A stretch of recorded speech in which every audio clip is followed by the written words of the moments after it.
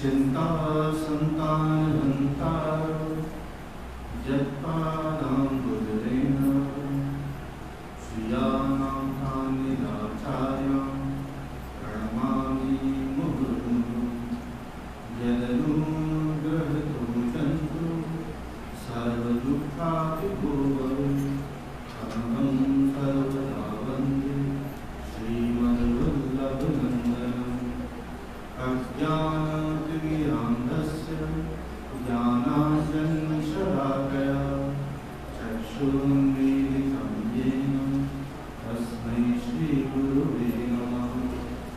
नमामि हृदये शेषे लीलाशिराभिशायिनं लक्ष्मीसहस्रलीलाभिः श्रीविमानं कलानिधिं चतुर्भिश्च प्रविस्तथा शरदे विराजते योषु पंचधा हृदये नमः। जय जय श्री गोपीनाथ जी इष्ट हमारे प्राण विलोचन से गुरुचिन होतनी भगवान प्राण में तपड़े जगराम देवा श्री लाल दास हृदय चुरही तुलसी गुरु की नाम बंदो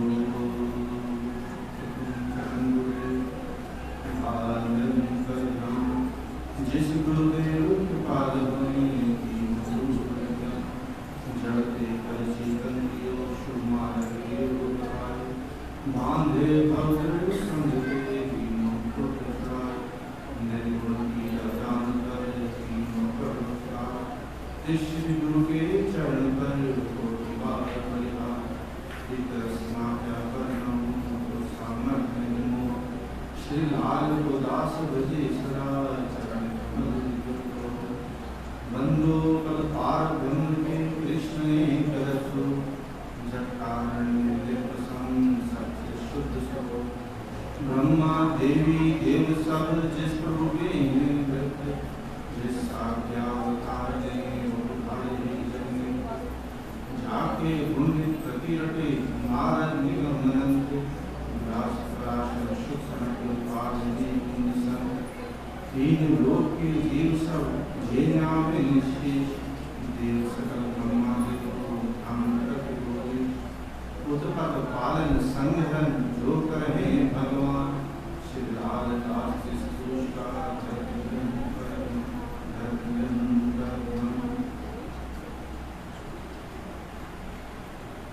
बोले विराज धन की बाल कृष्ण लाल की प्रभु श्री गोपीनाथ की अपने अपने लालन की जय वल्लभाधीश की गोसाई जी परम दयाल की जय सश्रीलाल जी महाराज की जय सती केवल घोड़िया वाले बाबू लीलाधर जी महाराज की गोस्वामी कृष्णलाल जी महाराज की गोस्वामी शंकरलाल जी महाराज की सब संतन की सब भक्तन की 252 वैष्णवों की 84 वैष्णवों की दामोदर दास गढ़तानी जी की गंगे मैया जमुने महारानी की गौ माता की जय जय श्री राधे जय जय श्री राधे जय जय श्री राधे। आइए सबसे पहले प्रभु का लीला भरष्टक का पाठ करते हैं, फिर आज का सत्संग शुरू करेंगे। अभिलाषा चरितानुसारी दुग्धादि चोरेण यशो विसारी कुमार कानंदित घोषणारी मामा प्रभु श्री गिरिराजधारी मामा प्रभु श्री गिरिराजधारी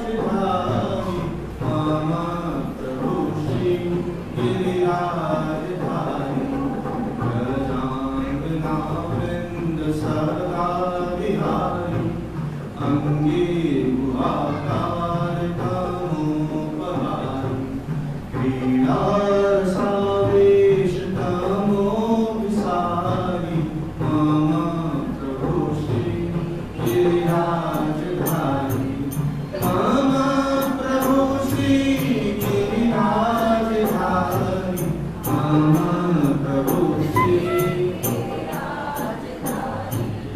वेणु समानंदित अन्नदारी रसातला नृत्य पद प्रचारी क्रीडन्वयस्याकृतिनेत्यमारी मम प्रभु श्री गिरिराजधारी मम प्रभु श्री गिरिराजधारी मम प्रभु श्री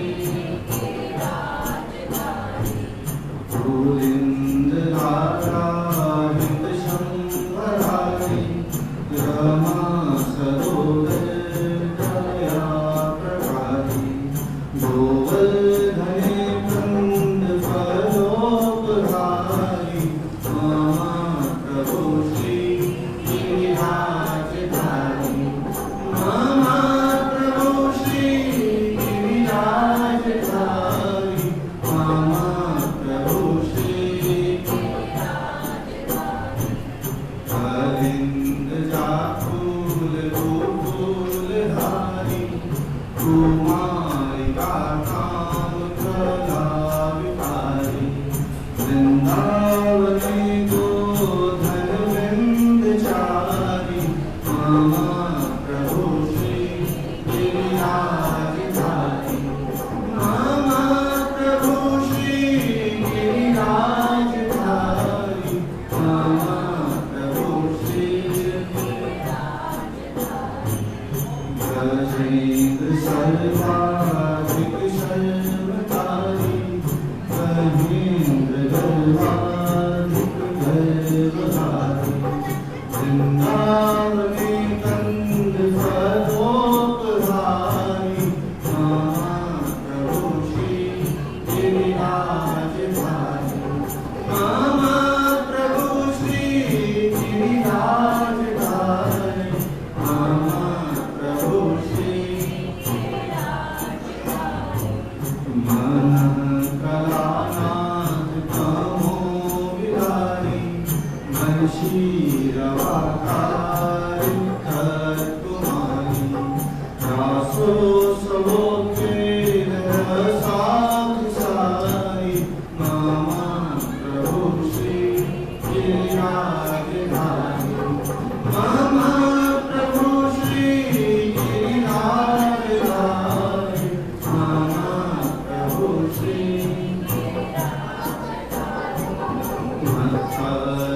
मत्सद्वितोत्ताम गतानुतारी ग्रन्थत्रसोना प्रपदीनहारी रामो रसस्पर्शप्रसारी मम प्रभु श्री गिरिराजधारी मम प्रभु श्री गिरिराजधारी मम प्रभु श्री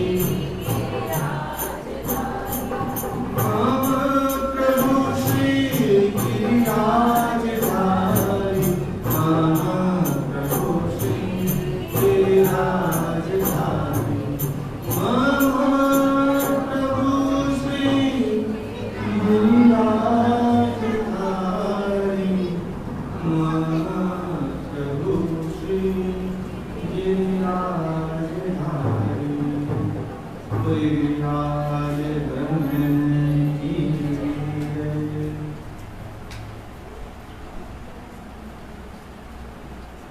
आज गुरु पूर्णिमा के पावन पर्व पर हम सब यहाँ पर बैठा होकर प्रभु संकीर्तन कर रहे हैं। कुछ काल विपरीत चल रहा है, कोरोना का समय इसे कहने इस वजह से है। जिस तरह हर वर्ष हम उल्लास से ये पर्व मनाते थे, अब थोड़ा ये सादगी से मनाते। लेकिन प्रभु का नाम विपरीत परिस्थिति को भी हमारे अनुकूल कर देता है। प्रभु के नाम में बड़ी शक्ति है। ये समय गया है पिछला 1.5 साल का, ये लगभग सभी लोगों के लिए बड़ा ही कष्टदायक रहा है, चाहे कोई व्यापार धंधे वाला हो, चाहे कोई बीमारी से जूझा हो, या कैसे भी कहें, तो सबके लिए ये मुसीबत का ही समय रहा। ऐसे समय में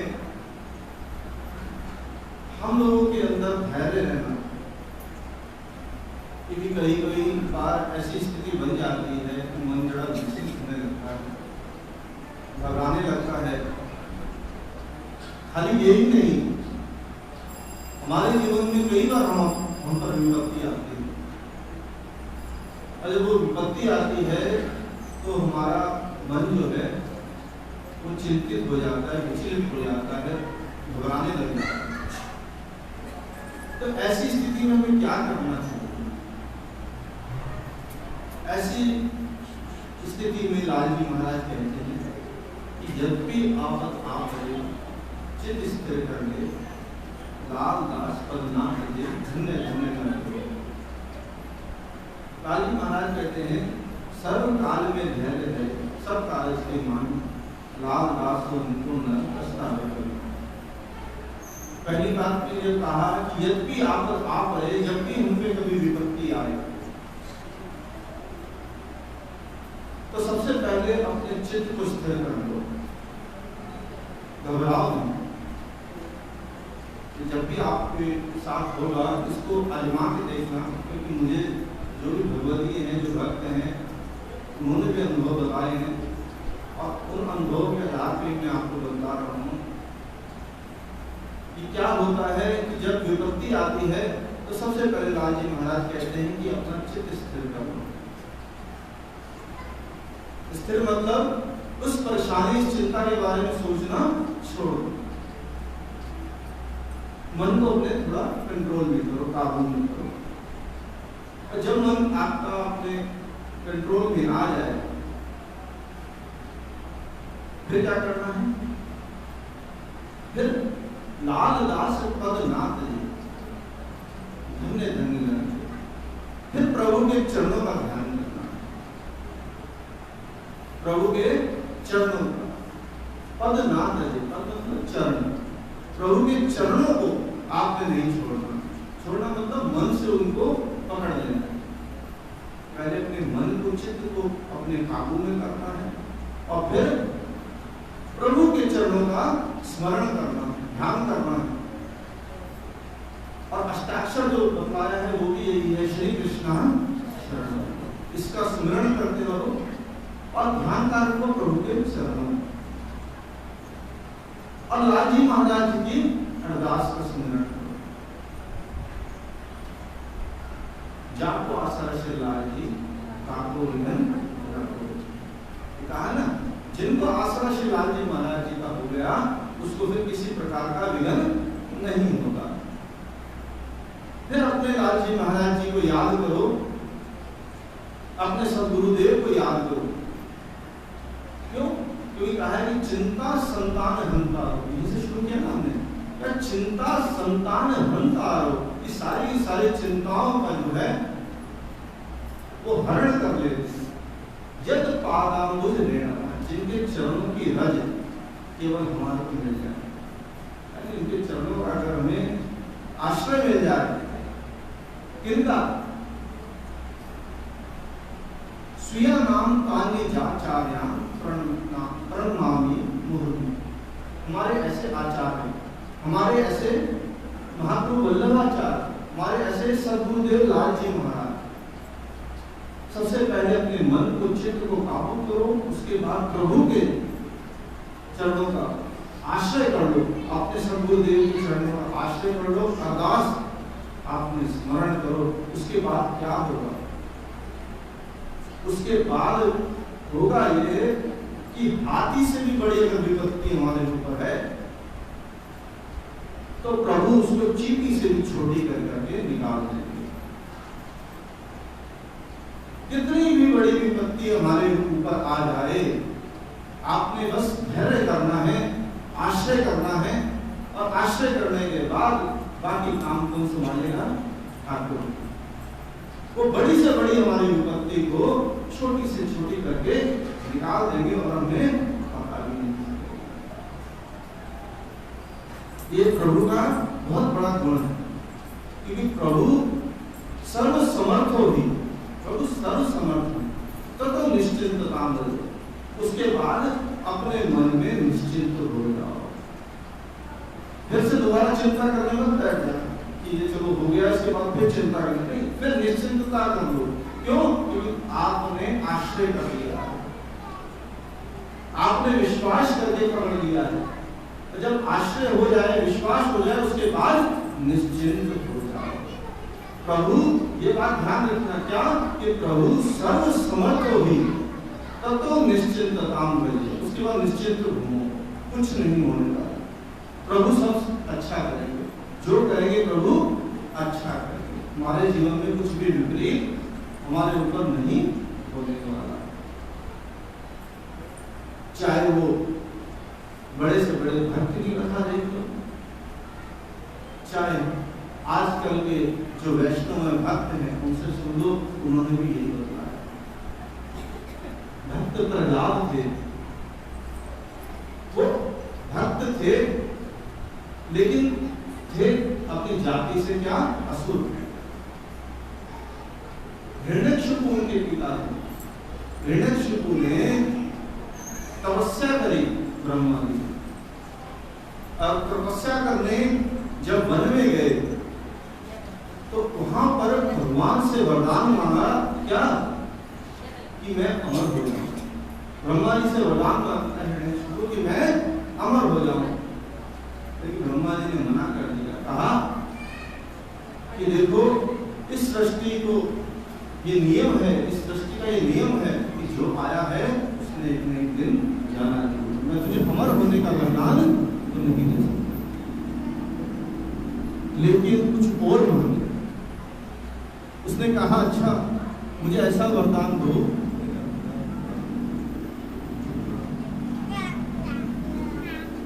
मुझे ऐसा वरदान दो कि ना मैं दिन में मरूं, ना मैं रात में, ना मैं बाहर मरूं, ना मैं भीतर,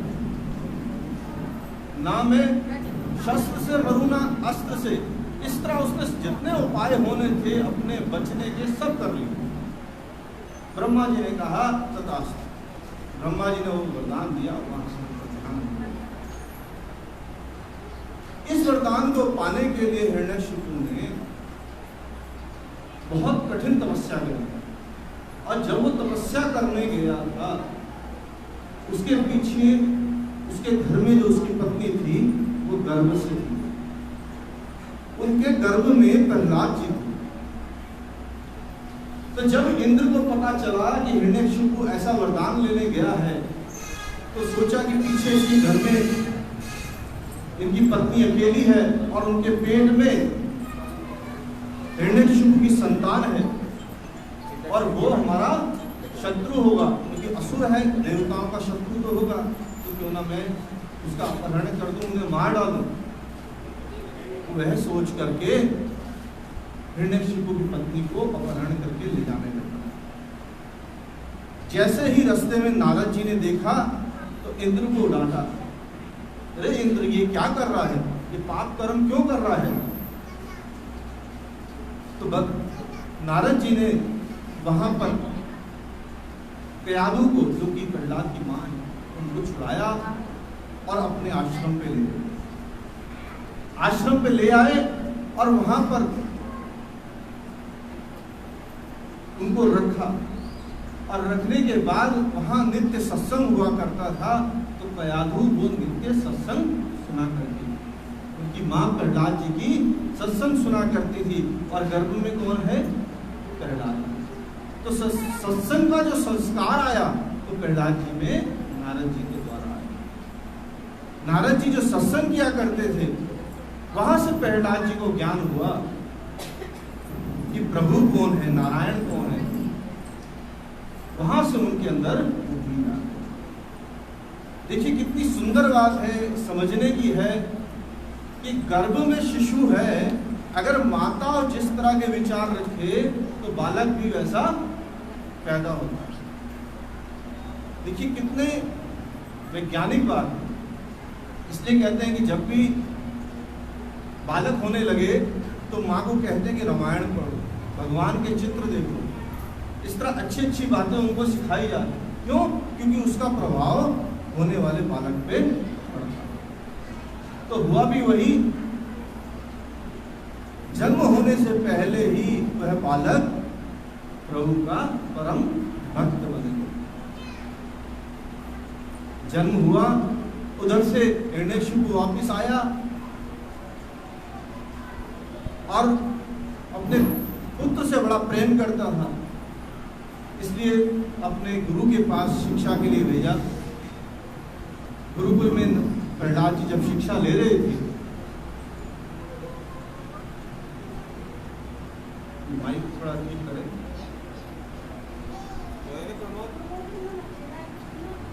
पहले कार्य गुरु जी कार्य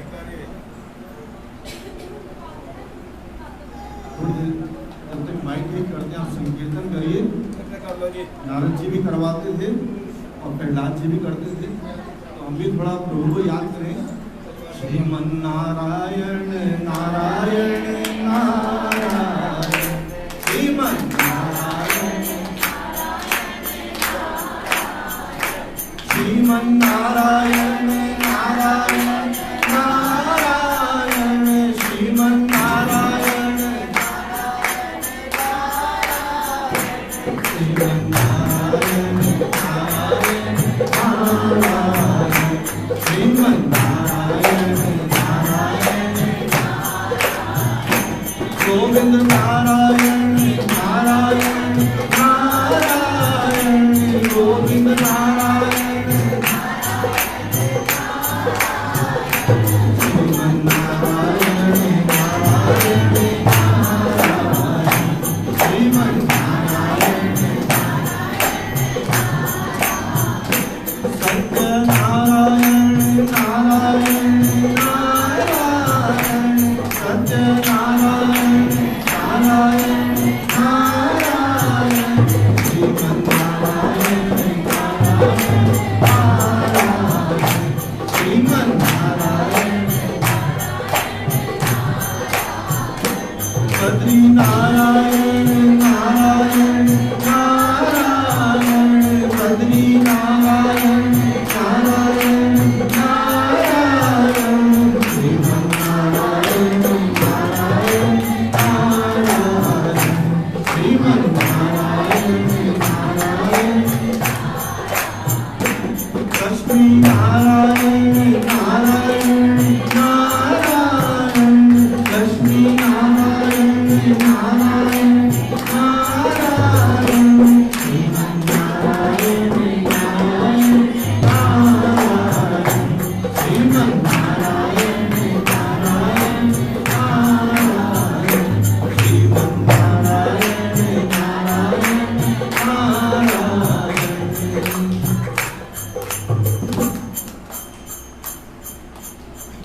तो जब वहां पर गुरुकुल में भेजा तो प्रहलाद जी वहां पर शिक्षा प्राप्त करके अपने घर जब आए तो उन्होंने अपने पुत्र से पूछा, बेटा तुम क्या सीखे हो? तो उन्होंने कहा, प्रभु का नाम यही एक सच्चा हमारा सरदार है। अगर हमें अपना कल्याण चाहिए तो प्रभु की नवधा भक्ति हमें करनी चाहिए और प्रभु के नाम सुमिरन, उनके जो तीर्थ है वहां पे भ्रमण, इस तरह नवधा व्यक्ति का उन्हें पूरा का पूरा वर्णन सुनाने लगे। ये सुन करके हिरण्यकशिपु बड़ा क्रोधित हुआ। क्यों? क्योंकि नारायण को वो अपना शत्रु समझता था। उन्होंने कहा, मूर्ख, ये तो क्या सीख के आया है? उन्होंने अपने गुरु के जो शिष्य थे उनको बुलाया और कहा कि ये क्या शिक्षा उनको दे रहे हो।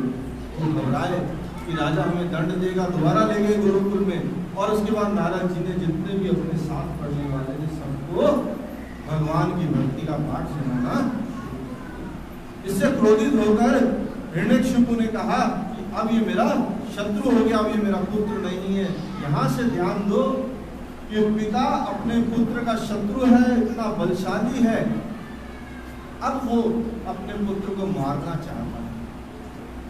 वहां पर प्रयास करता है कि पहाड़ से ले जाकर के प्रहलाद जी को जिताएगा।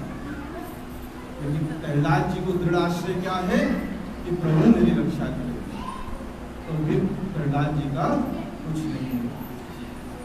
उनकी बहन थी होलिका, उसको एक वरदान प्राप्त था कि आग से वो नहीं जल सकती। उसने आके कहा कि भाई मैं ऐसा करती हूँ कि प्रहलाद को अपनी गोद में लेके चिता पर बैठूंगी और तुम आग लगा देना, मैं तो नहीं जलूंगी क्योंकि मुझे वरदान प्राप्त है, और प्रहलाद जल जाएगा। वहां पर हुआ उसका उल्टा, होलिका तो जल गई और प्रहलाद जी बच गए। इस तरह जब सारे उपाय उसने कर लिए तब अपनी सभा में बुला करके कहा कि प्रहलाद तू किस नारायण की बात करता है? तो किसी ने देखा है क्या? तूने देखा है क्या? कहाँ है वो? उन्होंने कहा पिताजी वह तो सब जगह है, कण कण में व्याप्त है। तो कहा कहाँ है, मुझे दिखला, क्या इस खंबे में है? उन्होंने कहा इस खंबे में भी है। तो उन्होंने जो अपनी गदा थी उसका प्रहार किया खंबे में। तो भक्त की लाज रखने के लिए प्रभु खंबे में वहां से नरसिंह अवतार लेकर के भगवान प्रकट हुए। क्यों प्रकट हुए? केवल और केवल अपने भक्त की मान के लिए, उसकी रक्षा के लिए। बोले नरसिंह भगवान की जय। तो वहां पर आकर के भगवान ने उस हिरण्यकशिपु को लिया और अपने देहरी जो थी, चौखड़ जो थी, वहां पर उसको ले गए, अपनी जंघाओं पर उसको लिटाया और अपने नाखून से उसका क्रोध में भर गए। उस समय प्रभु का क्रोध देख करके सभी देवी देवता घबरा गए। सबने कहा कि प्रभु का क्रोध कौन शांत करे। सबने उपाय किया, लेकिन वहां पर नरसिंह भगवान का जो क्रोध था वो शांत होने का नाम नहीं ले रहा। उस समय लक्ष्मी जी को बुलाया, सोचा लक्ष्मी जी से प्रभु प्रसन्न हो जाएंगे। उनको देख कर लक्ष्मी जी घबरा गई कि इस क्रोध को देख करके मैं इनके पास नहीं जा सकती। फिर सोचा कि भगवान ने जो अवतार लिया है इस भक्त प्रहलाद के लिए लिया है, इस बालक के लिए लिया है, यही भगवान का जो क्रोध वो शांत कर सकता है। तो ब्रह्मा जी आदि जितने देवता थे वो प्रहलाद के पास गए और कहा कि तुम चलो प्रभु का क्रोध शांत। प्रहलाद जी भगवान नरसिंह के पास गए। भगवान सिंहासन पे बैठे हैं और वहां पर जैसे ही उन्होंने प्रहलाद जी को देखा, भगवान उसको उठा के अपनी गोदी में बिठा लिया और उसको चाटने लगे, प्रेम करने लगे। प्रभु का क्रोध शांत हो गया। प्रभु का जो क्रोध है वो केवल और केवल कब जागता है? जब उनके भक्तों पर कोई संकट आता है। प्रभु कहते हैं मैं अपने द्रोही को तो माफ कर सकता हूं, लेकिन अपने भक्त के द्रोही को कभी माफ नहीं करता। तो वहां भगवान भक्त पे प्रसन्न हुए हैं और प्रहलाद को मुझसे कुछ मांग। प्रहलाद ने कहा प्रभु मेरी कोई इच्छा नहीं है मांगने की, आप मुझे दर्शन दे दिए, आपने मेरा कल्याण किया, आपने दर्शन दे करके, अब मुझे और क्या चाहिए? उन्होंने कहा फिर भी तू मुझसे कुछ मांग, मेरी इच्छा है तुझे कुछ देने की। तो प्रहलाद जी ने कहा कि प्रभु अगर कुछ देना चाहते हो तो मेरे पिता जो है असुर है, देखना इनकी गति कहीं खराब ना हो, कहीं को नरकों की यातनाएं ना भोगनी पड़े। मेरे पिता हैं, उनका आप कल्याण करो। प्रभु हंसने लगे, कहने लगे प्रहलाद, तेरे कहने से पहले ही मैंने उसका उद्धार कर दिया। और यही नहीं, आज अब से तेरी जो 14 पीढ़ी हुई है वो, और जो 14 पीढ़ी आगे होने वाली है वो सबका मैंने कल्याण कर दिया। बोलिए भक्त वत्सल भगवान की। तो एक भक्त अगर घर में पैदा हो जाए तो वो कुलों को तार देता है, कई पीढ़ियों को तार देता है। तो भगवान ने कहा कि मैंने तेरे कहने से पहले ही तेरी पीढ़ियों को उद्धार कर दिया है, तू कुछ और मांग। तो भगवान से जब उन्होंने कहा कि मुझे कुछ नहीं चाहिए, भगवान ने कहा फिर भी तू इस राज्य को भोग, मेरी इच्छा। भगवान उनको राज्य दे दिया। और भगवान का ये जो गुण है, ये इसलिए हमें श्रवण करना चाहिए, धैर्य रखना चाहिए कि प्रहलाद जी पर जितनी बड़ी विपत्तियां आई हैं, उससे बड़ी विपत्तियां तो हमारे ऊपर नहीं आई ना।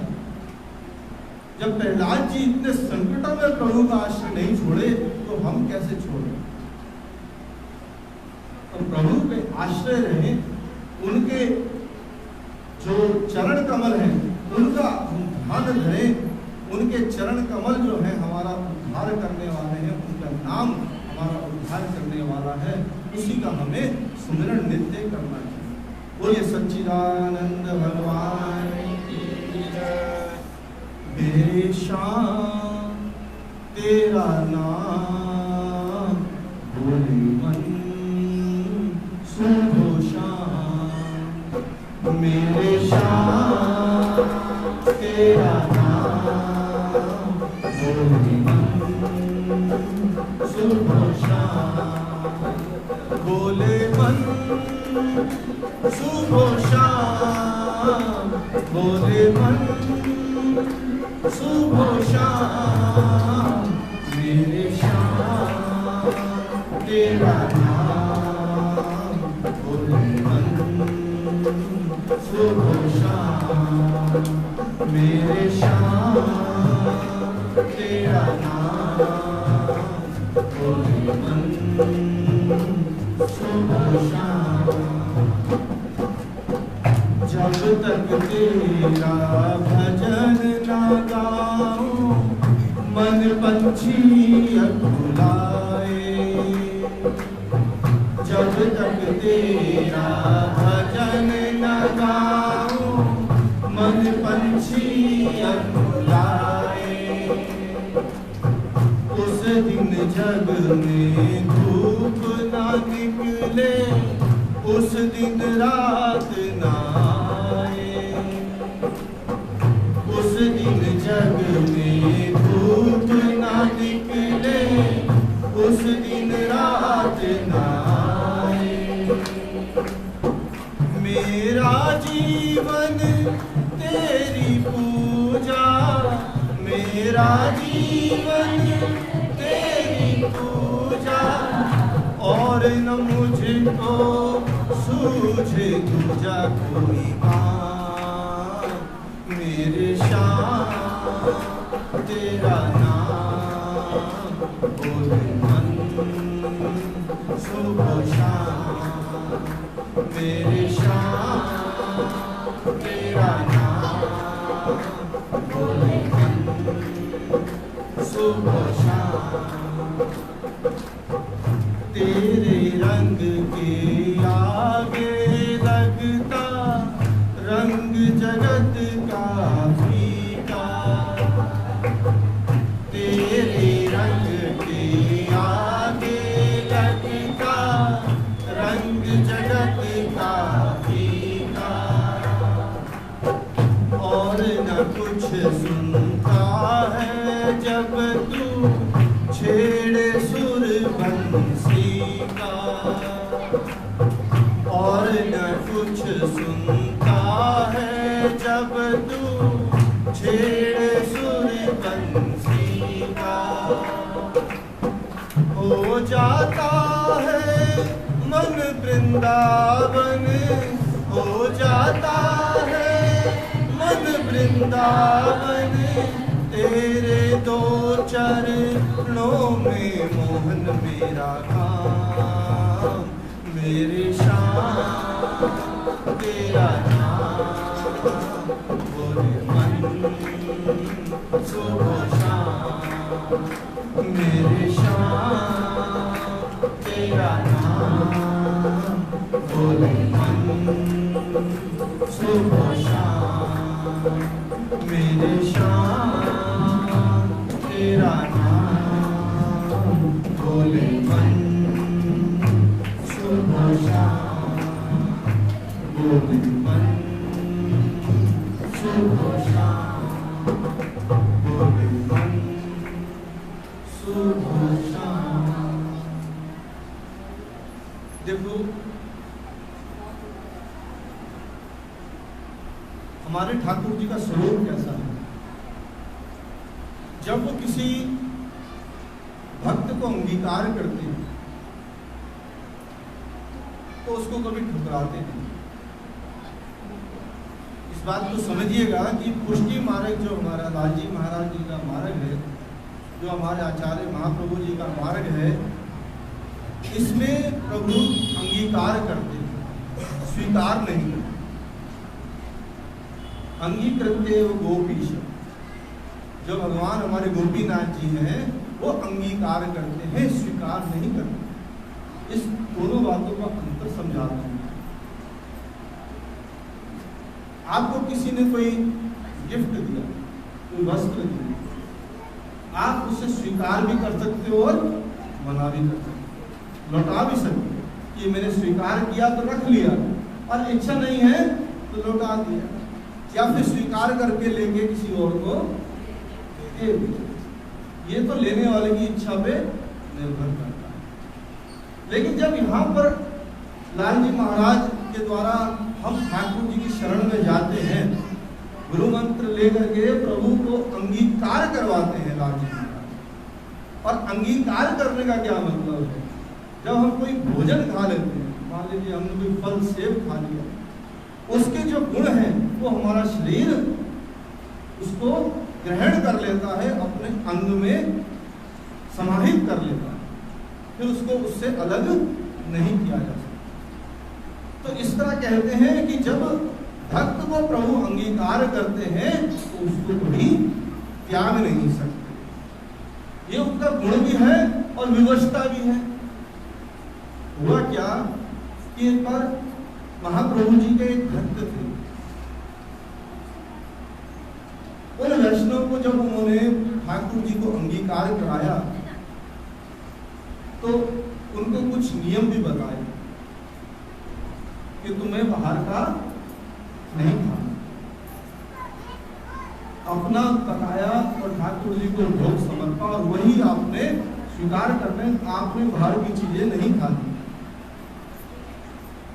लेकिन वो थोड़ा स्वभाव से चटोरा था, उसको गुरु से दीक्षा तो ले ली, लेकिन उसका मन जो था बाहर खाने में लगा रहता,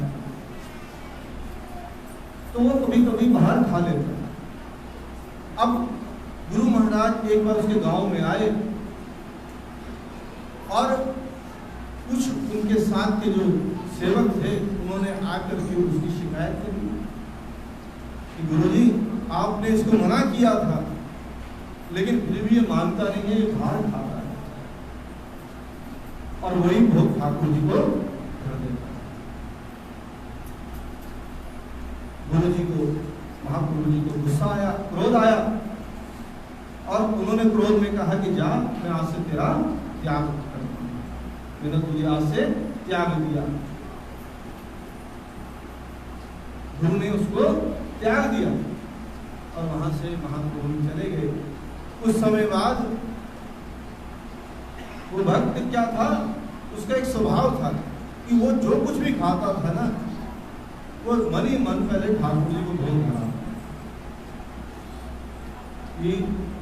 उसने कोई सामग्री ली, एक दिन वो जलेबी की दुकान पे बैठा। अब जलेबी की दुकान पे बैठा, आपने जलेबी ली और सबसे पहले कहने लगा ठाकुर जी भोग लगाए। अब भोग लगाओ, जैसे ही वो भोग लगाने लगा उस समय ठाकुर जी का श्रृंगार महाप्रभु जी कर रहे थे। गुरुदेव ठाकुर जी का श्रृंगार कर रहे थे। और श्रृंगार करते करते क्या देखा कि ठाकुर जी के बुखार में पर जलेबी का रस लगा। तो उन्होंने बड़े प्रेम से ठाकुर जी के कपोलों पर गालों पे हाथ फेरा और कहा कि हे लाला, आज कहाँ किसका भोग आरोग रहे हो? तो उन्होंने कहा कि वो जो तुमने अपना भक्त त्यागा था ना, आज वो मुझे जलेबी का भोग लगा रहा है, मैं उसका स्वाद दे रहा। तो गुरुदेव ने कहा कि प्रभु, उसका तो मैंने त्याग कर दिया था, आप उसका अंगीकार क्यों कर रहे हो? तो प्रभु ने कहा, त्याग तो तूने किया था, मैंने नहीं। कि तूने जिसको मुझे अंगीकार करवा दिया, ये मैंने तुझे वचन दे रखा है कि तू जिसका भी मुझे अंगीकार करवाएगा उसका त्याग मैं कभी नहीं करूंगा। तो अब तूने उसे मुझे सौंपा है, मैं उसको नहीं छोड़ सकता। तो भगवान की ये बात सुन करके महाप्रभु जी के आंखों में आंसू आ गए कि करुणा निधान, इतनी कृपा आप करते हो अपने भक्तों को। तो वहां से उस वैष्णव को, उस भक्त को बुलवाया और कहा कि तुझे पता है तेरे इस काम से क्या हुआ है? वो घबरा गया पहले कि क्या मेरे से अपराध हो गया। उन्होंने कहा कि तूने उस दिन क्या खाया था? उन्होंने कहा ध्यान नहीं आ रहा। उन्होंने कहा मैं बताऊं, तूने जलेबी खाई और उस दिन श्रीनाथ जी ने वो जलेबी आरोगी है। तो जब उसने सुनी, उसकी आंखों से आंसू रोने लगा, चरणों में गिर गया कि प्रभु मेरे से अपराध हो गया, आगे से मैं कोई गलती नहीं करूंगा, मुझे अंगीकार करो, स्वीकार करो, मैं आगे से कोई भूल नहीं करूंगा। प्रभु मेरी इतनी लाज रखते हैं, मेरी इतनी सुनते हैं। तो कहा कि प्रभु हमारे ऐसे हैं स्वभाव से कि जिसको एक बार अंगीकार कर ले, स्वीकार कर ले, फिर उसको कभी भी त्याग दे नहीं है। ये प्रभु का गुण है, विशेष गुण है। तो इसलिए एक बार भी कोई प्रभु की शरण में चला जाए तो फिर कभी वापस लौटने का रास्ता नहीं देता। उसको तो धीरे धीरे प्रभु की निकटता महसूस होती है, कभी प्रभु की दूरी महसूस नहीं होती। दिन ब दिन जैसे जैसे वो सेवा करता जाता है, उसको प्रभु अपना एक सानुभाव, अपना प्रेम जताना शुरू कर देते हैं और उसे ऐसा लगता है कि मेरी प्रभु से निकटता अब घनिष्ठ होती जा रही है, निकटता मेरी बढ़ती जा रही है। किसी भी भक्त के साथ प्रभु ऐसा नहीं करते कि स्वीकार किया, अब धीरे धीरे उससे दूर होते। और यदि कभी दूर होना भी पड़े, जैसे कि गोपियों से दूर हुए थे, तो ऐसे दूर होते हैं कि वो मन से हर समय प्रभु के संग ही रहे, वो फिर संसार के लायक रहता ही नहीं। उसे कहते हैं प्रभु का वियोग। जो वियोग ऐसा होता है कि मन में एक ऐसी अग्नि पैदा करता है कि वो बस प्रभु का ही रह जाता है, फिर संसार का। बोलिए सच्चिदानंद भगवान की। तो इसलिए हमारा जो कर्तव्य है यही है कि हम मन वाणी अपने कर्मों से प्रभु की सेवा करें। और यही लाल जी महाराज कहते हैं कि सेवा करना कोई बहुत मुश्किल काम नहीं बतलाया। क्यों? क्योंकि वो जानते थे कि जितने मेरे सेवक हैं सब गृहस्थी, उनको कोई बड़ा काम नहीं बताया कि आप घर गृहस्थी छोड़ करके वन में चले जाओ, अपने पुत्रों का त्याग करो, ऐसा नहीं कहा। अपने घर का त्याग करो, ऐसा नहीं कहा। या बड़े बड़े मंत्रों को जपो, ऐसा नहीं कहा लाल जी महाराज जी ने। उन्होंने ऐसा नहीं कहा योग के लिए कहा घर में रहो, घर में रहो और घर में जितने भी आपकी चीजें हैं जिनको तुम अपना समझते हो, सबका सब प्रभु को समर्पित करो और समर्पित जीवन जियो।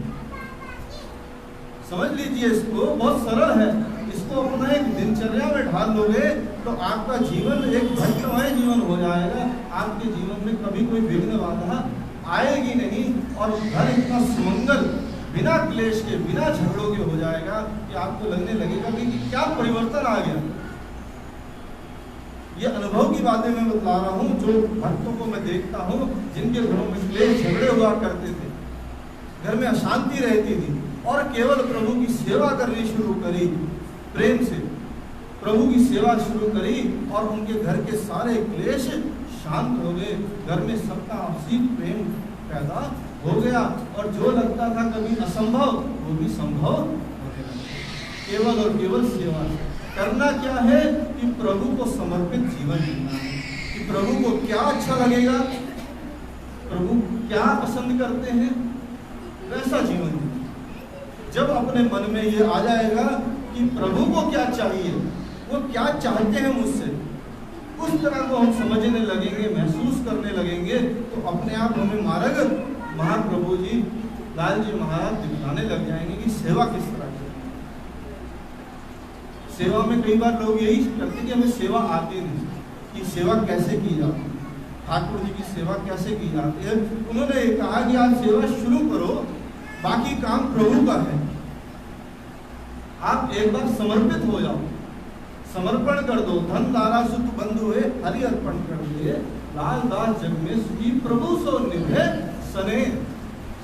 कि अपना सब कुछ प्रभु को समर्पित करके उससे स्नेह करना शुरू कर दो, बाकी प्रभु अपने आप ही आपको मार्ग की रीत बताना शुरू कर देंगे। लाल जी महाराज खुद आपको रास्ते पे ले आएंगे और सिखाने लग जाएंगे कि कैसे सेवा की जाए, कैसे जीवन जिया जाए। और फिर होना क्या है, फिर अपने आप भी जितनी भी प्रतिकूल परिस्थितियां हैं सबकी सब अनुकूल होने लग जाएगी, सब अपने आप अनुकूल होने लग जाएगा। आपको जहां कहीं जाकर के मत्थे नहीं टेकने पड़ेंगे, जोशियों के आगे कुंडलियां नहीं दिखानी पड़ेंगी, जगह जगह उपवास रखने नहीं पड़ेंगे कि आज इसका उपवास, आज उसका उपवास, इसके लिए उसके लिए जगह जगह भटकना नहीं पड़ेगा। केवल और केवल ठाकुर जी की सेवा अगर शुरू कर दोगे तो सब के सब अपने आप ही अनुकूल होना शुरू हो जाए। बोलिए सच्चिदानंद भगवान। डूबतों को बचा लेने वाले, डूबतों को बचा लेने वाले, मेरी नैया है तेरे हवाले, मेरी नैया है तेरे हवाले। डूबतों को बचा लेने वाले, डूबतों को बचा लेने वाले, ओ मेरी नैया है तेरे हवाले, ओ मेरी नैया है तेरे हवाले। लाख अपनों को मैंने पुकारा, सबके सब कर गए हैं किनारा। लाख अपनों को मैंने पुकारा, सबके सब कर गए हैं किनारा। और कोई न देता दिखाई, सिर्फ तेरा ही अब तो सहारा। और कोई न देता दिखाई, सिर्फ तेरा ही अब तो सहारा। कौन तुझ बिन भंवर से निकाले, कौन तुझ बिन भंवर से निकाले, मेरी नैया है तेरे हवाले, ओ मेरी नैया है तेरे हवाले। डूबतों को बचा लेने वाले, डूबतों को बचा लेने वाले, मेरी नैया है तेरे हवाले, ओ मेरी नैया है तेरे हवाले। जिस समय तू बचाने को आए, आग में भी बचा कर दिखाए। जिस समय तू बचाने को आए, आग में भी बचा कर दिखाए। जिस पे तेरी दया दृष्टि होवे, उस पे कैसे कोई आँच आए। जिस पे तेरी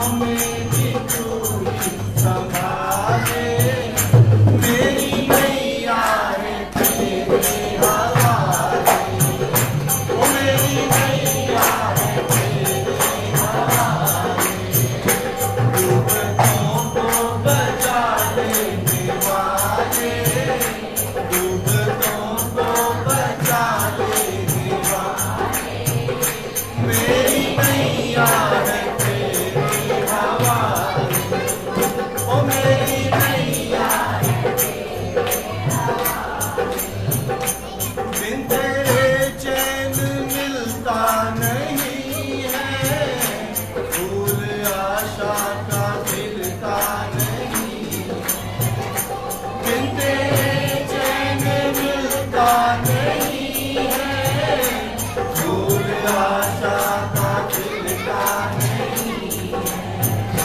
तेरी मर्जी बिना इस जहां में एक पत्ता भी हिलता नहीं है, तेरी मर्जी बिना इस जहां में एक पत्ता भी हिलता नहीं है, तेरे बस में अंधेरे उजाले, तेरी बस में अंधेरे उजाले, मेरी नैया है तेरे हवाले, ओ मेरी नैया है तेरे हवाले, डूबतों को बचा लेने वाले, डूबतों को बचा लेने वाले, ओ मेरी नैया है तेरे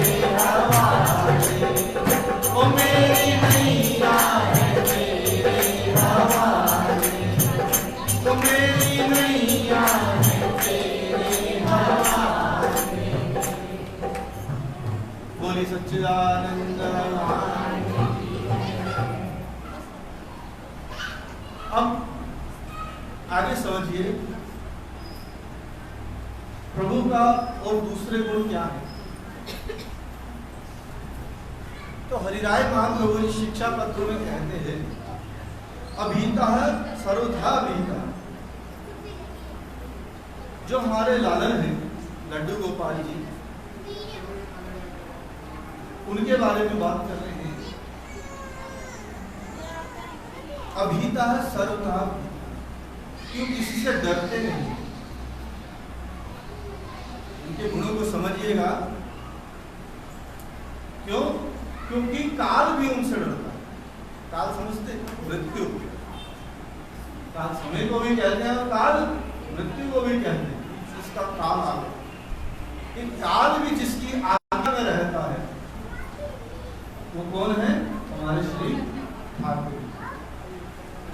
अगर ठाकुर जी की इच्छा होगी तो काल कुछ कर पाएगा, अगर नहीं इच्छा तो काल भी आपका कुछ नहीं कर सकता।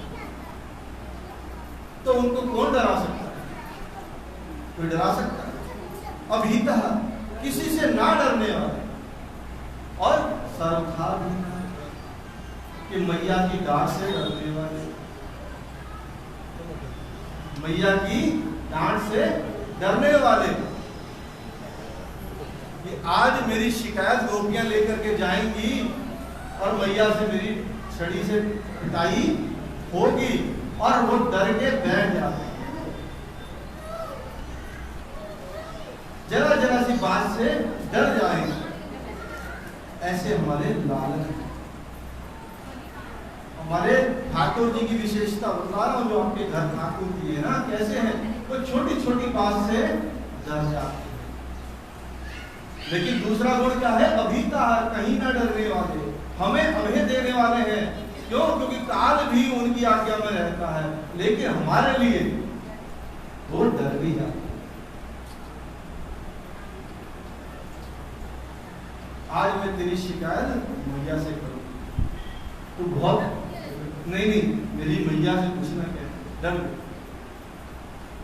और जब मटकियां फोड़ी, मैया यशोदा ठाकुर जी को दूध पिला रही, और दूध पिलाते वे अपनी गोद में लिटाई हुई हैं और ठाकुर जी मंद मंद मुस्कुराते हैं। मैया ठाकुर जी को देख करके मन ही मन खुश होती, दूध पी रहा है मेरा लाल।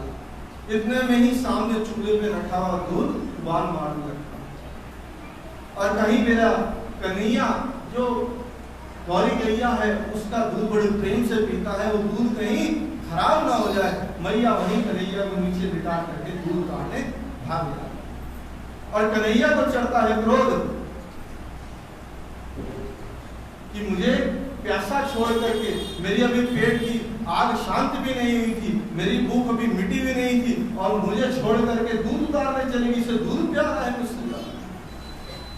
कन्हैया गए अंदर जहां पर मटकों में दही और मक्खन पड़ा हुआ, एक साइड में किनारे में पड़ी हुई थी, लाठी उठाई और वहीं से सारे बर्तनों को तोड़ने लगे। गुस्से में क्रोध में सारे बर्तन तोड़ने लगे। आज मैं बताता हूं। और पहले तो मक्खन खाया, जब पेट भर गया तो बाहर बंदर थे, उनको खिलाने लगे, ले तू भी खा, तू भी खा। मैया ने देखा कन्हैया कहीं है नहीं तो ढूंढने लगी और ढूंढते ढूंढते अंदर जाके देखा तो अपने दूध के करतूत देख करके आग बबूली,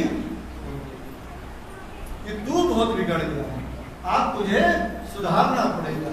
मैया ने छड़ी उठाई और कन्हैया के पीछे पीछे दौड़ लगी और कन्हैया आगे आगे और मैया पीछे पीछे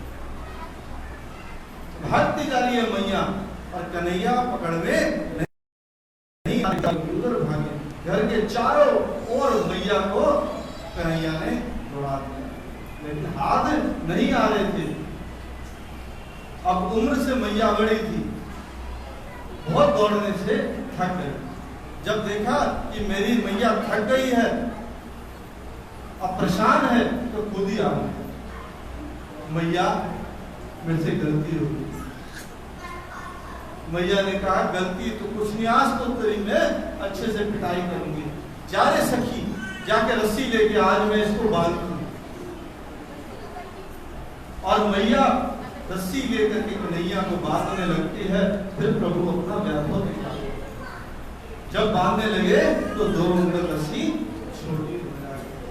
फिर कहती है रे सखी और रस्सी लेके आओ, रस्सी बांधी, देखी तो फिर रस्सी छोटी। घर की सारी रस्सियां ले आई और ये चमत्कार सारी गोपियां देख रही कि छोटा सा कन्हैया उखल से बांध रही है मैया और रस्सी छोटी पड़ रही है, बार बार दो उंगली छोटी पड़ती है। और जब देखा मैया थक हार गई है, फिर कन्हैया ने रस्सी उठाई और खुद को ही बांध दिया। तो कहा क्या अभीता है सर्व था अभीता। सो प्रभु कैसे हैं, अभीत है, कहीं किसी से ना डरने वाले, लेकिन मैया की डांट से डरने वाले। फिर कहते हैं कैसे हैं, सापेक्षो निर्देशिका, किसी की तरफ नहीं लेते प्रभु, सबके साथ समभाव है ना, क्योंकि प्रभु के लिए सब जीव बराबर है। प्रभु के लिए सब जीव बराबर है। प्रभु कहते हैं ना हम लोग, प्रभु के लिए सब बराबर है, उनके लिए कौन छोटा कौन बड़ा। लेकिन भक्तों का पक्ष लेने वाले, किसी का पक्ष ना लेने वाले, पक्षपात ना करने वाले, और दूसरी तरफ भक्तों का पक्ष लेने वाले, उनके लिए जो भी हो सके गलत काम भी प्रभु कर डालते हैं। भक्त का पक्ष लेना है और भक्त के लिए प्रभु कुछ भी कर डालते। अर्जुन के सारथी बन गए। अब सोचो, त्रिलोकी के नाथ आज के समय में कहें तो ड्राइवर बन गए। क्या उनका मान घटा? क्या उनकी पदवी घटी? वो कभी महसूस करते हैं? राजसु यज्ञ युधिष्ठिर ने जब किया तो वहां पर झूठी पत्तलें उठाई, झूठी पत्तलें। आज का किसी को कहो कि झूठी पत्तल उठा दो, लगा हाँ मैं पत्थर उठाऊंगा। लेकिन वहां प्रभु भक्त का मान रखने के लिए, अपने भक्त के लिए प्रभु पक्षपात नहीं करते, क्योंकि हम सब बराबर हैं। जब दुर्योधन और अर्जुन दोनों प्रभु के पास आए सहायता मांगने के लिए कि अब युद्ध होने वाला है, प्रभु किसकी सहायता करेंगे? तो वहां पे प्रभु ने पक्षपात किया। क्या किया कि पांडवों की तरफ, मैं अर्जुन को देखा पहले, वो कहे पहले तो मैं आके बैठा था कि नहीं, मैंने पहले अर्जुन को देखा, अर्जुन तू मांग पहले। अर्जुन ने कहा मुझे तो प्रभु आप चाहिए, कि प्रभु ने एक बात कही थी ना, या तो एक तरफ मेरी सेना होगी या एक तरफ मैं, तो दोनों में से क्या चुनते हो? तो अर्जुन ने कहा प्रभु आप। और दुर्योधन भी खुश हो गया कि मैं निहत्ते भगवान का क्या करूंगा, मुझे तो सेना चाहिए। तो वहां प्रभु ने पक्षपात करके दिखाया कि मैं भक्त के पक्ष में खड़ा हूं। और क्या कहा, एक बार अम्बरीश राजा एकादशी का व्रत रखा करते, परम भक्तों में उनका नाम आता है, परम भक्त। तो वो हर बार एकादशी का व्रत रखते थे। एक बार एकादशी का व्रत रखा और अगले दिन थोड़े समय के लिए द्वादशी है, क्योंकि द्वादशी को व्रत का पारण करना जरूरी होता है, नियम है कि अगर एकादशी का व्रत रखा है तो द्वादशी को उसका पारण करना है, मतलब वो व्रत छोड़ना है। तो वो थोड़े समय के लिए थी। अब सुबह के समय जब उसको अम्बरीश को व्रत का पारण करना है, उस समय दुर्वासा ऋषि आ गए।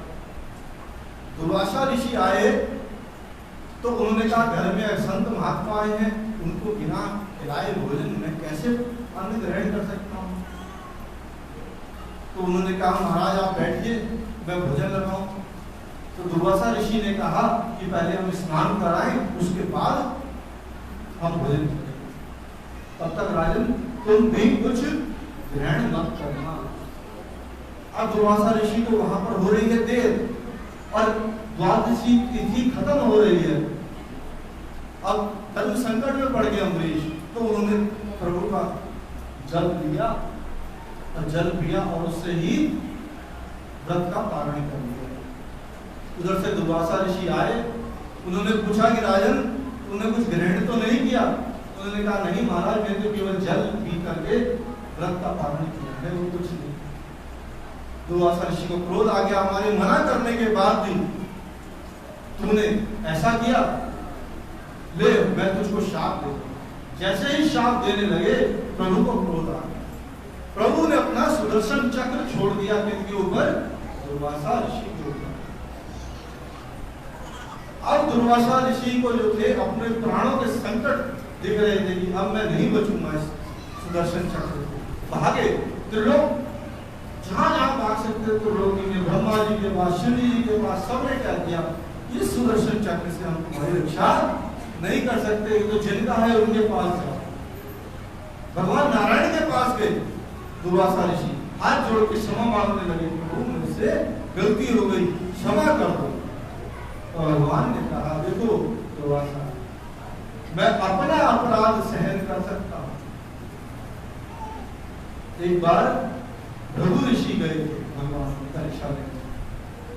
भगवान की परीक्षा भृगु ऋषि जब लेने गए थे, भगवान शीर्ष सैया में लेटे हुए थे, तो भगवान की छाती में भृगु ऋषि ने लात मारी और लात मारने पर भगवान को जब जगाया तो भगवान उठे और भृगु ऋषि की चरण दबाने लगे और कहने लगे कि हे ब्राह्मण, मेरी छाती तो बड़ी कठोर है, आपके चरण इतने कोमल है, कहीं आपको चोट तो नहीं लगती?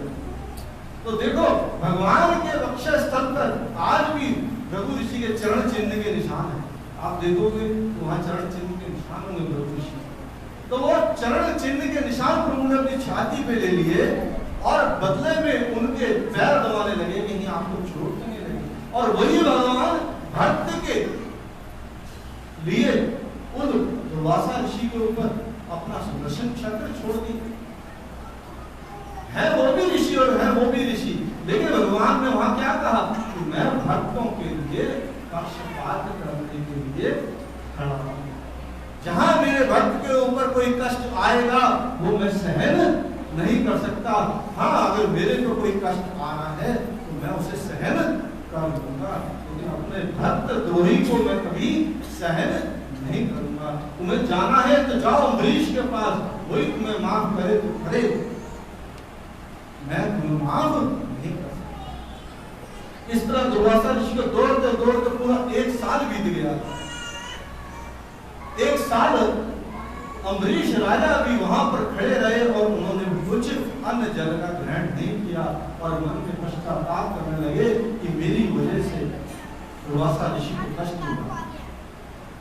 जब वहां पर दुर्वासा ऋषि आए और हाथ जोड़कर प्रार्थना करने लगे कि महाराज मुझे क्षमा कर दो, मेरे से गलती हो गई, तो बदले में अम्बरीश राजा उनसे क्षमा मांगने लगे कि मेरी वजह से आपको इतना कष्ट हुआ।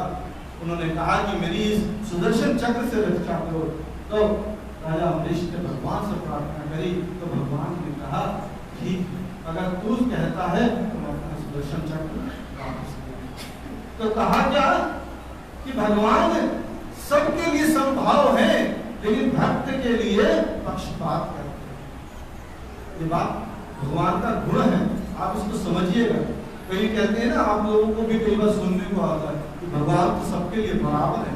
हाँ है, मर्यादा भक्तों के लिए बराबर है लेकिन कन्हैया के लिए बराबर नहीं है। भगवान जो आनंद यशोदा मैया को देते हैं वो आनंद सबको नहीं देते, देते हैं नहीं देते। जो सुख गोपियों को दिया वो सब भक्तों को नहीं देते। यादवों को दिया, अपने सगे संबंधियों को दिया, अपनी पत्नियों तक को वो सुख नहीं दिया। तो पक्षपात करते हैं प्रभु, इस बात को समझिए। और निर्देश की जहां मर्यादा भक्त जिस रूप में आप प्रभु की पूजा कर रहे हो, ये बात समझिएगा। अगर आपके घर में ठाकुर जी हैं और आप उनको सर्वव्यापी वो रूप में पूजा कर रहे हो कि ये भगवान है, समझिए मेरी बात को, इस बात को ध्यान से कि आपके घर जो ठाकुर जी हैं, अगर आप उसे भगवान समझ के पूछते हो तो वो आपको भक्त समझ के जैसे सब हैं वैसे आपको अनुकूल बनते हैं। लेकिन आप नंद जी यशोदा जी के भाव से अगर उनकी सेवा करते हो तो बदले में वो भी आपको कन्हैया का सुख देते हैं, लालन का सुख देते हैं, आपका पुत्र बन के आपकी इच्छाओं को पूर्ण करते हैं। लेकिन भाव आपके मन का है कि आप क्या समझ के पूजा करते हैं।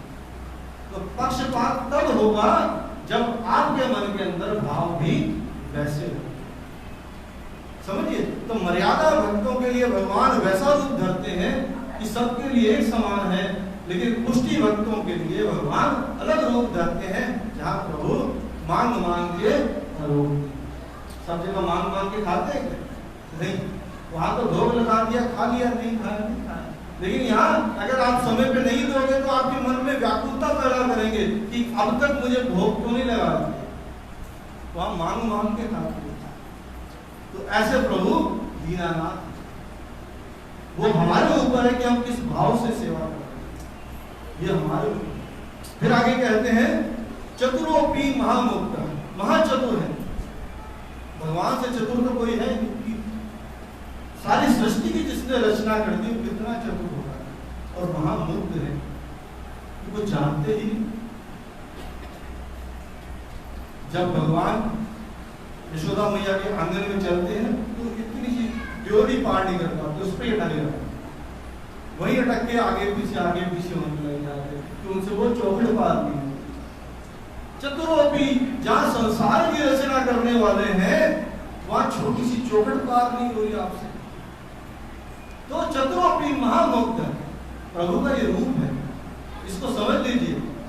चतुर है तो उनके लिए है, महामुक्त है तो हमारे लिए कि हम उठा के गोद में उनको लेके जाए। हाँ, फिर कहते हैं सर्वज्ञोप्य अपि, सब कुछ जानते हैं लेकिन फिर भी कुछ नहीं जानते। प्रभु तो घड़ व्यापी है ना, सबके हृदय में विराजमान है, सबके मन की बात जानते हैं, लेकिन फिर भी कुछ नहीं जानते, हर बात उन्हें बतानी पड़ती है। गोपियां भी यही कहती हैं कि हम आए हैं आपके पास, तो पूछते क्यों आई हो? अरे आप सब कुछ जानते हो फिर क्यों पूछ रहे हो मुझसे? सब कुछ जानते हैं लेकिन कुछ नहीं जानते। भगवान की जो विरोधाभास है ना, ये विरोधाभासी प्रभाव भगवान का स्वभाव है। एक ही समय में भगवान बालक है, और एक ही समय में रास भी कर रहे हैं। राधा जी के साथ रास मंडली में रास भी उसी समय कर रहे हैं और उसी समय रात में यशोदा जी के साथ पगले में सो भी रहे। तो विरोधाभास है, वहां पर प्रभु का ये स्वभाव है, गुण है, इसको समझिए।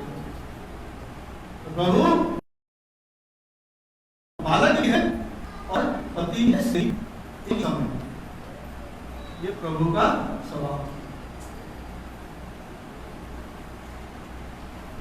सबसे ऊंची प्रेम सगाई, सबसे ऊंची प्रेम सगाई, सबसे ऊंची प्रेम सगाई, सबसे ऊंची।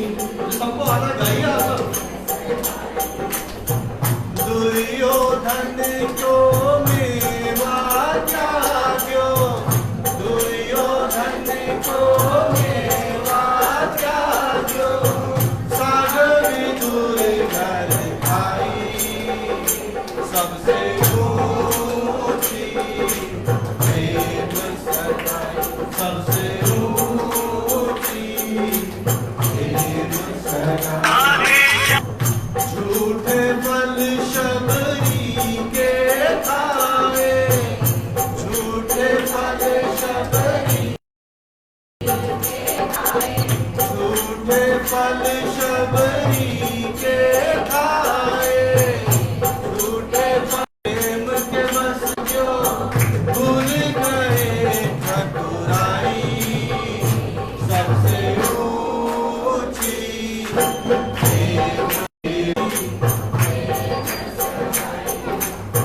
राजसूय युधिष्ठिर कीनो, राजसूय युधिष्ठिर कीनो, राजसूय युधिष्ठिर कीनो, राजसूय तामे झूठ उठाई, सबसे ऊंची प्रेम सगाई, सबसे ऊंची प्रेम सगाई। सूर क्रूर इस लायक नाही, सूर क्रूर इस लायक नाही, सूर क्रूर इस लायक नाही, सूर क्रूर इस लायक नाही, कह लग करूं बड़ाई, सबसे ऊंची प्रेम सगाई, सबसे ऊंची प्रेम सगाई, सबसे ऊंची प्रेम सगाई, सबसे ऊंची प्रेम सगाई, सबसे ऊंची प्रेम सगाई, सबसे ऊंची प्रेम सगाई, प्रेम सगाई, प्रेम सगाई। बोले गिरिराज धन की जय। तो प्रभु के इन गुणों को याद करते हुए, उनकी लीलाओं का स्मरण करते हुए अपने ठाकुर जी की सेवा करिए और ठाकुर जी के जो भी उत्सव आ रहे हैं उनको प्रेम पूर्वक मनाइए। उत्सवों से प्रभु बहुत प्रसन्न हो, क्योंकि उत्सव में क्या है, आप पूरी तरह से लग जाते हैं। क्यों? कि नित्य सेवा तो आप एक क्रम में करते हैं, लेकिन उत्सव में आप विशेष सब परिवार के लोग जुड़ जाते हैं। जैसे आप हमारे जन्माष्टमी आप अपने ठाकुर जी के बड़े धूमधाम से जन्माष्टमी मनाए।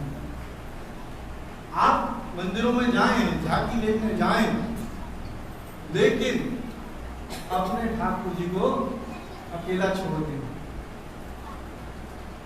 आपके ठाकुर जी आपके लिए आपके घर में विराजमान है और आपके लिए आपके घर में आए हैं और आपसे चाहते हैं कि मेरे उत्सव मनाओ।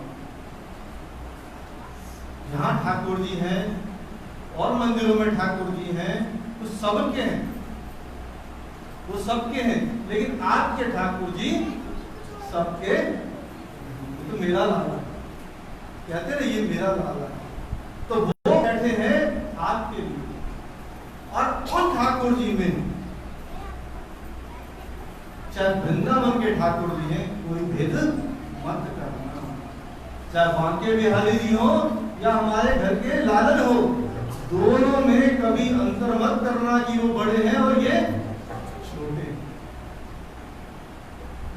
जो स्वरूप वहां विराजमान है वही स्वरूप कृपा करके ठाकुर जी आपके घर में विराजमान है। ये भेद मन में लाओगे तो वो सुख, वो आनंद आपको नहीं मिल पाएगा। अपने घर के ठाकुर जी में ही बांके बिहारी जी के दर्शन करने हैं, गोपीनाथ जी के दर्शन करने हैं, श्रीनाथ जी के दर्शन करने हैं, द्वारिकाधीश जी के दर्शन करने हैं, सब के सब जो है मेरे घर के, मेरे लालन है। उनका उत्सव मनाओ, प्रेम से मनाओ। और जो जो उत्सव आते हैं, तीज आ रही है, हरियाली तीज आ रही है, उसमें ठाकुर जी का ढिंढोरा बनाओ, झूला लगाओ, ठाकुर जी को झुलाओ। सावन चल रहा है ना, सखी झूला में पधारो, गिर आए बदला, झुकी आए बदला, गिर आए बदला, राधे झूलन में पधारो। तो ठाकुर जी और स्वामी जी झूलन झूल रहे हैं, मनाया, लेकिन घर के ठाकुर जी को नजरअंदाज करके कभी मत करो, तो आपको सुख नहीं मिलेगा। मैं पहले बता रहा हूं, जो हमारे माथे विराजमान है, पहले जिम्मेदारी हमारी वहां है, उनके प्रति है, वो कर लोगे तो बाहर सारे अपने आप ही अपने आप खुश हो जाएंगे। बोले सच्चिदानंद भगवान की जय। और अपनी प्रीति जो ठाकुर जी से है वो सबके आगे जाहिर मत करो, ठीक है ना। गलती क्या करते हैं, सबके आगे ढिंढोरा पीटते हैं, मेरे ठाकुर जी तो दूध पी रहे, मेरे ठाकुर जी ने आज ये किया, मेरे ठाकुर जी ने तो वो किया ना। अपनी प्रीति माखन प्रभु गोपाल सो या विधि है राखो हेद, जो निर्धन धन पाई के भेद ना कहूंगे। जैसे एक गरीब को कोई गड़ा हुआ खजाना मिल जाए ना, तो वो चुपचाप रखता, किसी को बताता नहीं। ऐसे ही आपको खजाना मिल जाए ना प्रभु का, तो वो सबको बांटते ना फिर, क्योंकि प्रकट किए रस जाए।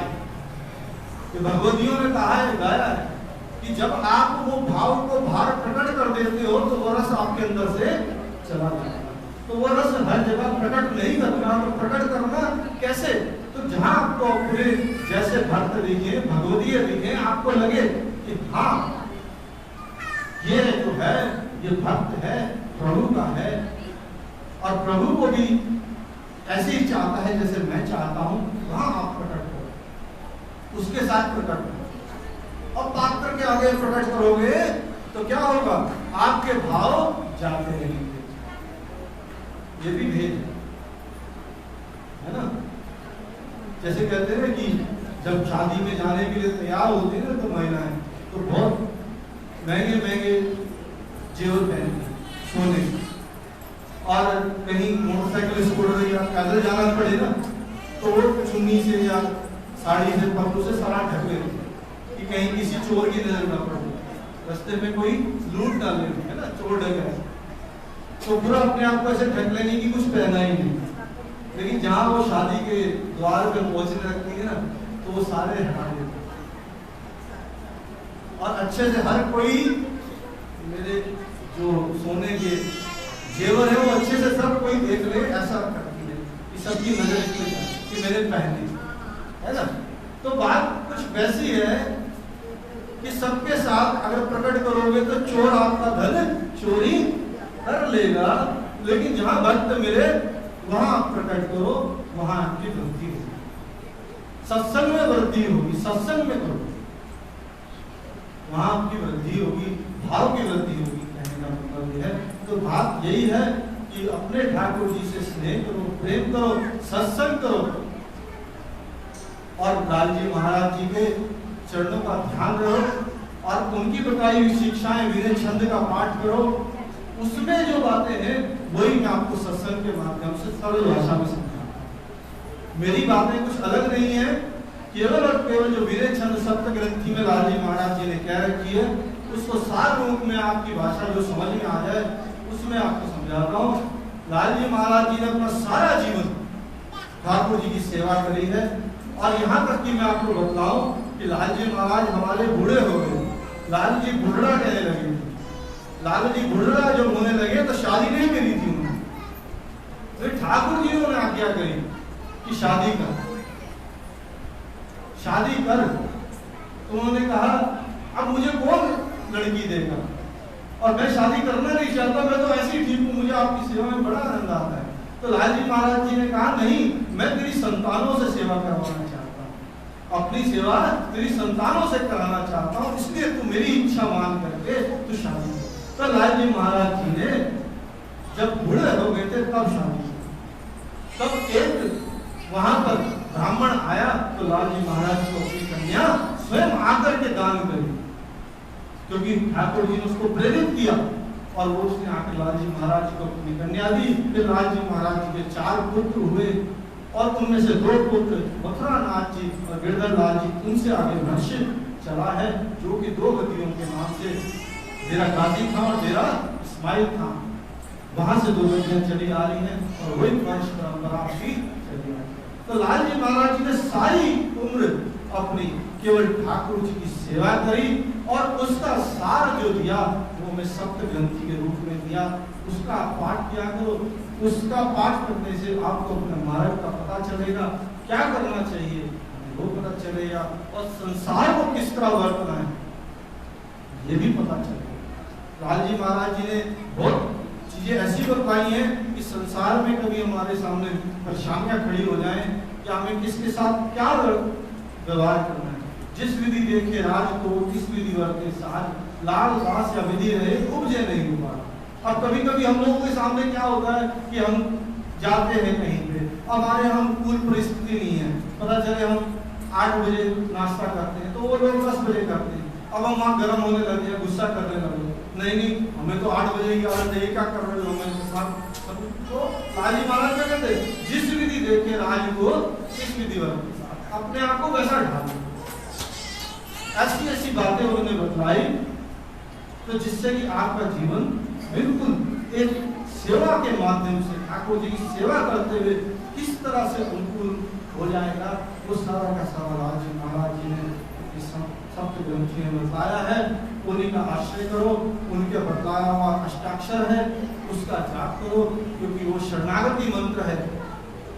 वो मंत्र एक ऐसा मंत्र है वो किसी की स्तुति नहीं करता, वो केवल और केवल ये आश्रय दिलवाता है कि हम ठाकुर जी की शरण, श्री कृष्ण शरण, तो हम शरण में हैं, ये हमें स्मरण कराता है बार बार। वो मंत्र वो ऐसा मंत्र है, उसका नित्य निरंतर श्रवण करो, स्मरण करो, जाप करो, इससे भी हमें ठाकुर जी की शरण प्राप्त हो। बोले सच्चिदानंद भगवान की जय। आज के सत्संग को यहीं पर रखेंगे, कल गुरु पूजा हम मनाएंगे यहाँ पर और सुबह गुरु पूजा शुरू हो जाएगी और लगभग 10 बजे के बाद यहाँ पर भंडारा चालू हो जाएगा। आप लोग भी थोड़ा सरकार के द्वारा जो कोरोना को दिशा निर्देश दिए गए हैं उसका पालन करते हुए हम भीड़ ना करें, इसलिए हम से लेकर के चालू रहेगा। आएंगे, गुरु पूजन करेंगे, भंडारा प्रसाद पाएंगे और अपने घर गंतव्य को चले जाएंगे। यहाँ हम ज़्यादा देर नहीं बैठेंगे क्योंकि हमें उन सब नियमों का भी पालन करना है, सम्मान करना है और प्रभु से ही कामना करना है कि जल्द से जल्द ये विपत्ति, ये महामारी खत्म हो। सर्वे भवन्तु सुखिनः, सर्वे सन्तु निरामयाः, सर्वे भद्राणि पश्यन्तु मा कश्चित् दुर्भाग् भवेत्। इस कामना के साथ हम आज के सत्संग को पूर्ण करते हैं। आखिरी में लाल जी महाराज जी की अरदास करूंगा। आपके जिस भक्त के मन में लाल जी महाराज जी के चरणों में अरदास है, वो अपने मन में अपने स्थान पे बैठ के ही इस अरदास में शामिल हो जाए। श्री लाल कृपाल जगत के विषय विरति करो सहाय, कष्ट पड़े थे सावधान गुरु से तत्पर हुआ। देश विदेश या थल के जो नर हित ध्याय, श्री मकरात जी गोस्वामी श्री लाल जी मनोवांछित हो जाए। तोली निरट जहाज को सेवक तारे सिंधु में, जय जय रात बोला, जय श्री गोकर्णनाथ जी करो चंद के कार। श्री केवल अपने दास की श्री लाल जी महाराज को हैरान, सत्य केवल राम घोड़िया वाला बाबू लीलाधर जी स्वामी दादाजी पिताजी आपके चरणों में आप ये संगत, आप ये सेवक, आप ये अरदास करने पर, जिस भावना अरदास करने पर भावना मनोकामना पूर्ण करना, अन्य संग सहाय करना, घर परिवार में सुख शांति समृद्धि देना, बच्चे अधिकार सिद्ध करना, हर प्रकार का रक्षा करनी, सहायता करनी, भूल चूक माफ रखना, आप ये सेवक, आप ये बात सदा सेवा करते हैं। बोलो श्री लाल जी महाराज की जाको आसरा श्री लाल जी काको निगंध कोई, जो जो से देख कर इनके तत्पर हो, जो कार्य कीजिए काम काम सिंधु लाल, सर्व कार्य सिद्ध होए उनके सकल ज्ञान। जन्म विवाह शुभ कर्म प्रथमो सिंधु लाल, केवल जन्म समन के काम साल। मंगल रूप श्री लाल जी मंगल करे काल, सब सेवक मंगल करें जिस दिन मंगल साल। जल भय थल भय सिंधु भय सिंधु लाल काल, केवल जन को अभय के दर्शन हो निहाल। सर्व कार्य में गजबंधन समर्थ है सब कोई, केवल जन के लाल के सवितारे सिद्ध। लाल लाल या मंत्र को जो न रहे चित ध्याय, भूत प्रेत राक्षस रग सुनकर हो ही पराय। सुनो सुनो श्री लाल जी गोकुलपति अरदास, करो कृपा जनन पर कार्य हमें रास। हे श्री लाल जी महाराज मुझको की करुणा करो, बोलो श्री लाल जी महाराज की। गिरिराज धरन की, बालकृष्ण लाल की, गोपीनाथ की जय। अपने अपने लालन की जय, सब संतन की, सब भक्तन की, 252 वैष्णवों की, 84 वैष्णवों की, दामोदर दास सरसानी जी की, गंगे मैया